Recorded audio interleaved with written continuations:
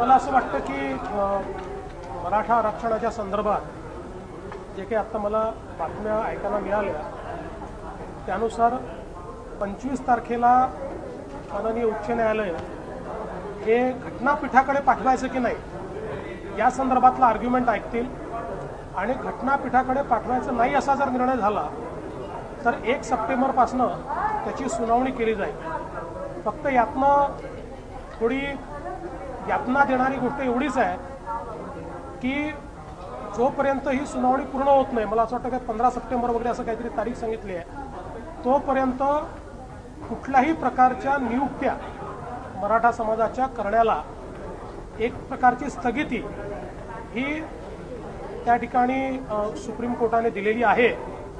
मला जी माहिती मिळाली त्यात राज्य सरकारने असं सांगितलं की आम्ही 5 मे पासनं काहीतरी तारीख सांगितली आहे, मे पासनं आम्ही महाराष्ट्रातल्या भरत्या बंद केलेल्या आहेत। त्याच्यावर सुप्रीम कोर्टाने त्याची नोंद घेऊन हे सांगितलं की तुम्हाला मराठा समाजाची या आरक्षणाच्या अंतर्गत कुठलीही भरती करता येणार नाही। तर ही जरा चिंताजनक बाब आहे।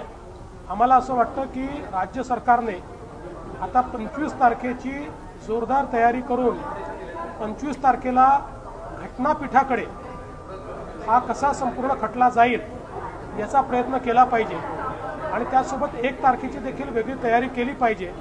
आणि मला असं वाटतं की थोडं सिरियस होऊन यावर कारवाई करणं हे गरजेचं आहे आणि त्या दृष्टीनं आम्ही विरोधी पक्ष म्हणून या संदर्भात राज्य सरकारला पूर्ण सहकार्य करायला तयार आहोत। आम्ही करतच आलो आहोत। त्याच्या पुढे जाऊन जे काही आम्हाला करता येणं शक्य आहे ते आम्ही करणार आहोत। पण आमचं अगदी स्पष्ट मत आहे की कुठल्याही परिस्थितीमध्ये ओबीसीच्या आरक्षणाला धक्का लागू नये आणि मराठा समाजाचं आरक्षण हे टिकलंच पाहिजे अशी आमची भूमिका आहे। मराठा समाज के आरक्षण को लेकर सुप्रीम कोर्ट ने जिस तरीके से कहा है कि आगे नियुक्ति नहीं हो जाए जब तक इस पूरा विवाद खत्म नहीं हो, कैसे? देखिए, ये थोड़ी चिंता की बात है क्योंकि आज कोर्ट में ये तय हुआ कि 25 अगस्त को एक इसकी सुनवाई होगी और इसको कॉन्स्टिट्यूशनल बेंच की तरफ भेजना कि नहीं भेजना उसमें तय होगा। और अगर नहीं भेजने का तय हुआ तो 1 तारीख को इसकी पूरी सुनवाई शुरू होगी। लेकिन तब तक ये जो मराठा आरक्षण दिया गया है इसके तहत कोई भी नियुक्ति राज्य सरकार नहीं करेगा और राज्य सरकार ने भी वहाँ पर वो कबूल किया है कि हम कोई भी नियुक्ति उसकी नहीं करेंगे। तो ये थोड़ी चिंता की बात है। मुझे लगता है कि सरकार ने पूरी तैयारी के साथ 25 तारीख और 1 तारीख को कोर्ट के सामने जाना चाहिए। किसी भी हालत में मराठा आरक्षण को हम लोग किस प्रकार से बचा पाए इसका प्रयास करना चाहिए। विपक्ष के रूप में हम सरकार को इसमें पूरा साथ देंगे। सर, राम मंदिर की लड़ाई जो है भव्य भूमि पूजन हो रहा है और देश भर से मिट्टी के लिए जगह जगह उसकी पूजा करके ले जाया जा रहा है, लेकिन इस पर राजनीति भी शुरू है। एक तरफ एमआईएम के विधायक जो सांसद है वो कह रहे हैं कि प्रतीकात्मक करो क्योंकि बकरी ईद भी प्रतीकात्मक करने के लिए बोला है, और दूसरी तरफ उद्धव जी इनडायरेक्टली कह रहे हैं कि ऑनलाइन जब रात को भक्त नहीं जा सकते तो ऑनलाइन उसका इस्तेमाल क्यों नहीं होता। देखिए, पहली बात तो ये है कि जहाँ तक बकरी ईद का सवाल है तो राज्य सरकार ने जो आदेश निकाला है उसमें शक्य तो ये शब्द इस्तेमाल किया है, यानी जहाँ तक हो सके प्रतीकात्मक कीजिए।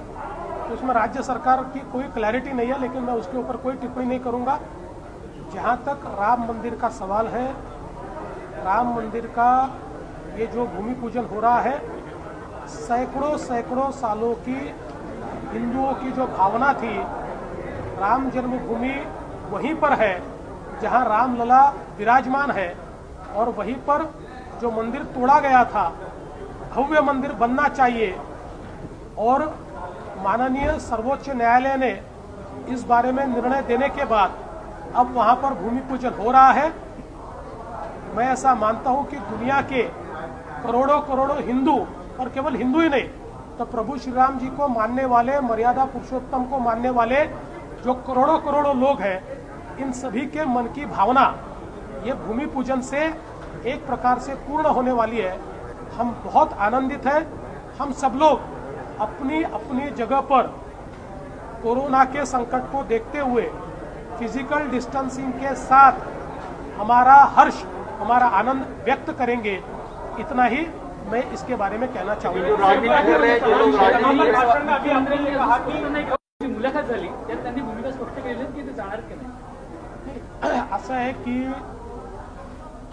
राम जन्मभूमीवर पुन्हा एकदा प्रभू श्रीरामांचं भव्य मंदिर बांधण्याचं भूमिपूजन होत आहे.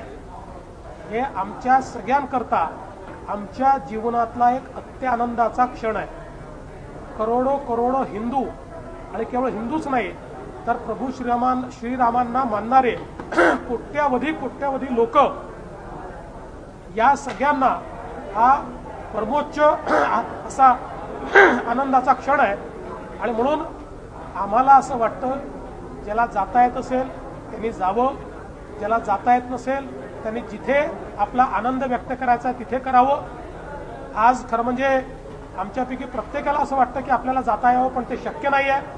आणि म्हणून फिजिकल डिस्टन्सिंग ठेवून आमचा आनंद आमच्याच ठिकाणी आम्ही व्यक्त करणार आहोत. आता कोण जाणार आणि कोण जाणार नाही आहे याची मला कल्पना नाही आहे, पण मी ज्या ठिकाणी असेल त्या ठिकाणी मी आनंद व्यक्त करीन. कारण माझी देखील एक मनोकामना या ठिकाणी पूर्ण होते आहे. मी कारसेवक आहे आणि कारसेवक म्हणून ही माझी मनोकामना या ठिकाणी पूर्ण होते आहे, याचा मला आनंद आहे. देवेंद्र जी, महाविकास आघाड़ी सरकार में ड्राइवर कौन है? क्योंकि आज अजीत पवार ने जो सवारी है उसकी मर्जी से ऑटो रिक्शा की दिशा तय होती है, उस बात को ड्राइवर बताया. देखिए ऐसा है कि माननीय मुख्यमंत्री जी ने ये कहा कि भले ही हमारा 3 पहिए का ऑटो हो लेकिन उसका स्टीयरिंग मेरे हाथ में है, मैं उसकी ड्राइविंग कर रहा हूँ. इसलिए मैंने उनको ये याद दिलाया कि ऑटो रिक्शा कौन सी दिशा में जाए ये ऑटो का ड्राइवर तय नहीं करता, उसमें बैठी हुई सवारी तय करती है. क्योंकि सवारी जहाँ जाती है वहाँ पर अगर सवारी को लेकर गए तो ही रोजगारी मिलती है, नहीं तो रोजगारी नहीं मिलती. और इस सरकार की अवस्था ऐसी है, तीनों लोग 3 अलग अलग दिशाओं में जा रहे हैं और उसमें महाराष्ट्र की अड़चन हो रही है.